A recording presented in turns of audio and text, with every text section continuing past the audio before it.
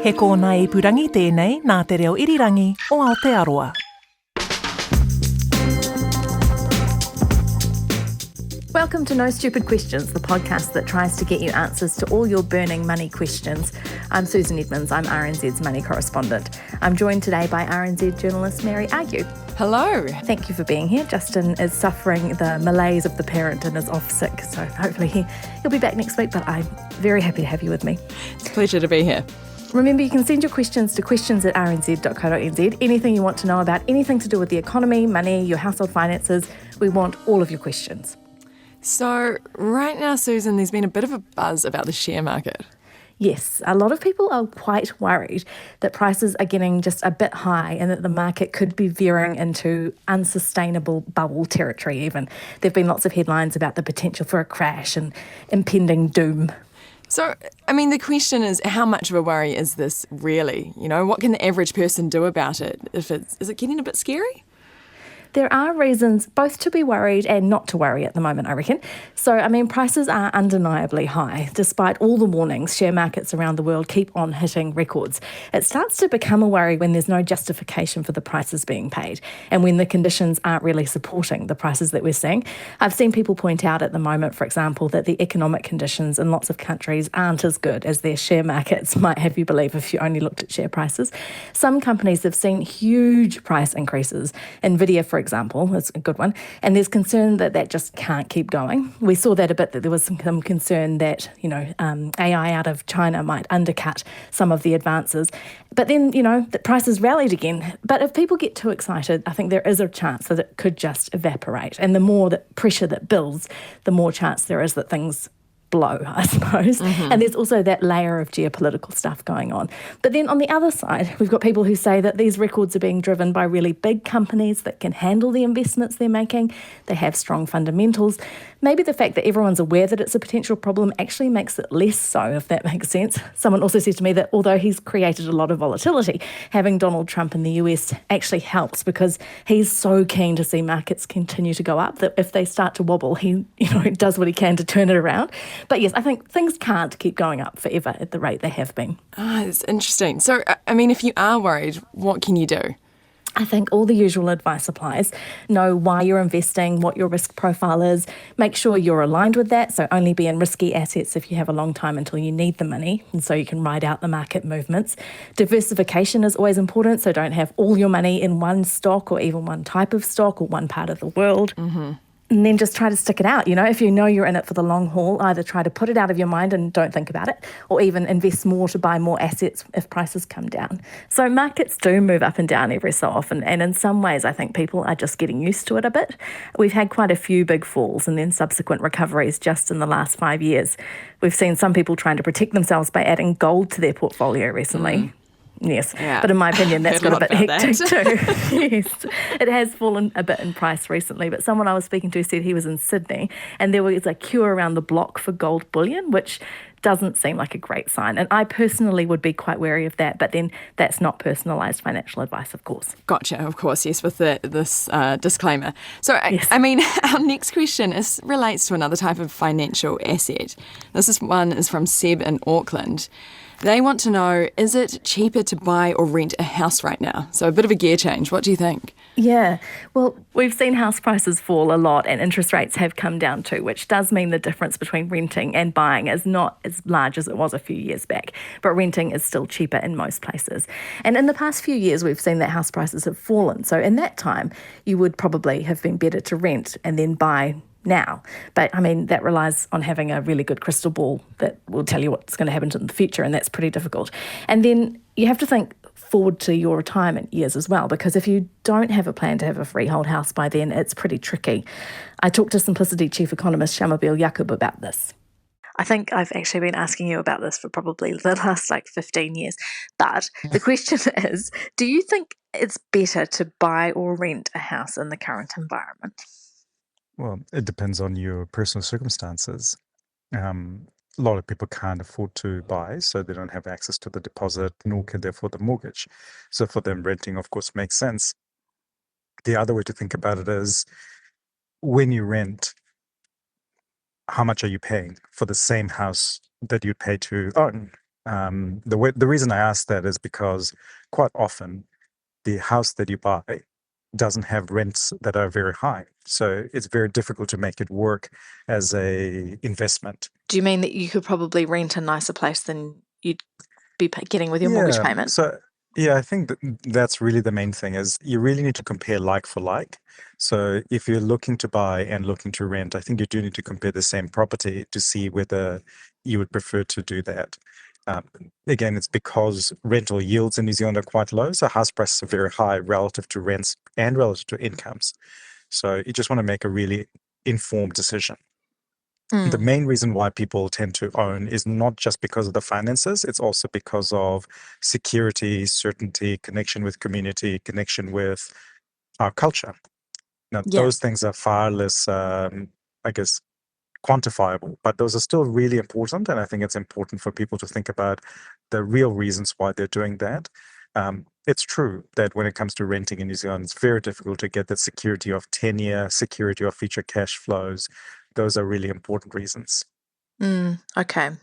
And if you do make the decision that for financial reasons you're going to rent rather than own, do you need to have some money, more money set aside for retirement so that you don't end up having to pay rent out of a small super pot type thing? Absolutely. I think it's really important if you're renting to make sure that you're still saving for your retirement. One of the benefits of buying your own home is you tend to build that equity gradually over time. So it helps you essentially save up that money while you're living in a place.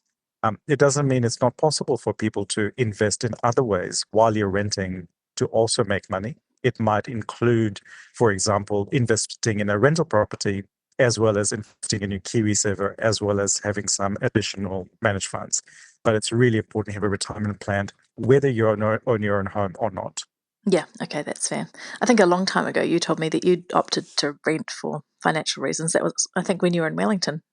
And mainly because the rents were very cheap relative to the price of houses, and I could put my money into buying and selling financial assets, and I had a great deal of fun doing that and made a lot of money.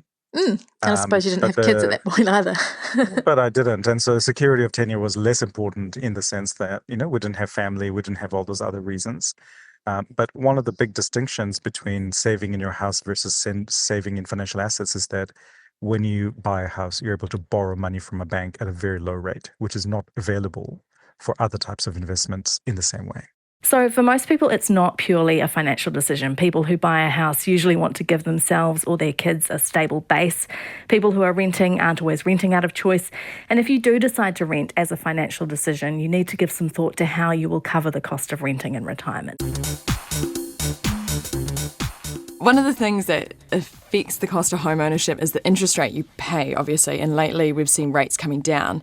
But and this is definitely one for me that I couldn't get my head around, when you're writing about home loan rates, you often refer to basis point cuts. Do you know what that means? What does that actually mean?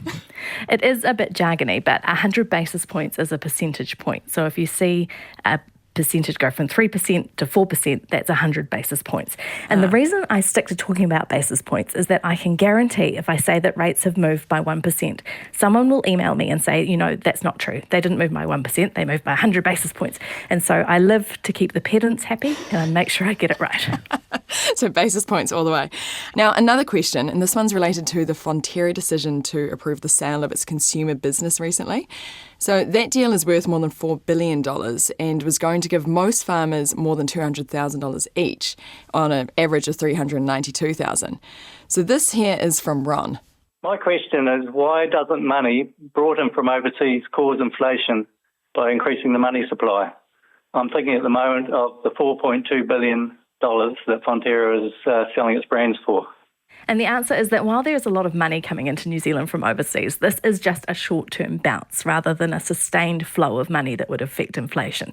ANZ Chief Economist Sharon Zollner says it isn't a big enough income bump to move the dial from an overall macro perspective. She says it will certainly be felt in the dairying regions, but overall it's just not enough to make a difference to our inflation.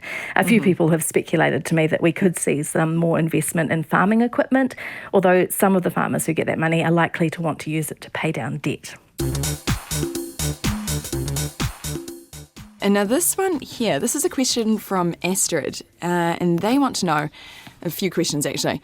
How do I choose a financial advisor, and what are reasonable fees on an investment portfolio? In particular, what are reasonable percentages on portfolio fees, admin fees, annual fund charge and transaction costs? Yeah, this is an interesting question. I've worked a lot with financial advisors over the years, and I think there's quite a lot of misunderstanding about their role and what they do. You can have financial advisors who deal with investments, mortgages, insurance, or a mix of all of them. Then there are financial mentors who aren't part of that same licensing regime that the financial advisors are, and they're the ones who offer like budgeting advice and that sort of thing. I think what Astrid is asking about here is financial advice for investments in terms of finding the right advisor. Often the best way to do this is to just meet a few and see who feels like someone you can get on with. Then as for how they're paid, if you're looking for an independent advisor who can give advice that's not tied to a particular financial institution, you probably are going to be paying for that, either as a commission or on like a fee. I talked to Tim Fairbrother, who's an advisor at Rival Wealth, about this, who had some tips. He says things like chemistry and trust matter. People should feel sure that their advisors get what they're trying to achieve, he says. He also says think about things like how they communicate with you. Do they have time to respond quickly and so on? He says he charges a bit less for income assets like bonds and bank deposits because they don't require as much work over time.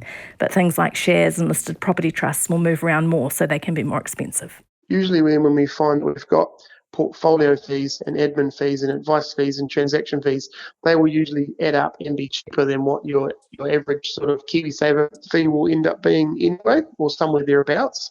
But it's the fact that when you have it with your KiwiSaver, it's like all in one, so you don't get to see the transparency of all those different things that are doing different pieces of the puzzle. So that brings us to the end of this episode. Last week we asked when the highest unemployment rate ever was recorded in New Zealand. The answer is that there have been two big spikes, one in the 1930s and one in the 1980s into the early 90s. The rate reached more than 11% in 1991, or about 189,000 people. We saw a pickup after the GFC too, but it was only about half that. And at the moment, our unemployment rate of 5.3% is equal to about 160,000 people. So if we got to that 11% unemployment, which we really don't want to get to, the number out of work would be much higher. Although at the moment, I think it's notable that young people's unemployment is quite high compared to the past. And this all reminds me that we had a bit of listener feedback about the family benefit after our last episode when we chatted about how the economic upheaval of the 80s compares to now. A couple of people said the family benefit was a huge help to lots of people. I'm not sure if I've got this right, but I have a feeling that you used to be able to kind of bundle it together to get it paid in a lump sum, which would have been quite helpful. Okay, well, hey, now our question for the audience this week is, in which years did we have more New Zealanders leaving the country than coming in? It's something that's often thrown around, as a bit of a political football. But as far as we're aware, there's only been one time period where the population movements were actually negative overall to New Zealand. Send your answers as well as any of your questions to questions@rnz.co.nz. No Stupid Questions with Susan Edmunds was written and presented by Susan Edmunds. Justin Gregory is the producer. The engineer is Mark Chesterman. Mary Argue is today's co-host. Thanks to Zeb, Astrid and Ron, that's me, for the questions, and Shamubeel Eaqub, Sharon Zollner and Tim Fairbrother for their answers. Follow and listen to No Stupid Questions with Susan Edmunds on Apple Podcasts, Spotify or any podcast app so you don't miss an episode. Bye for now.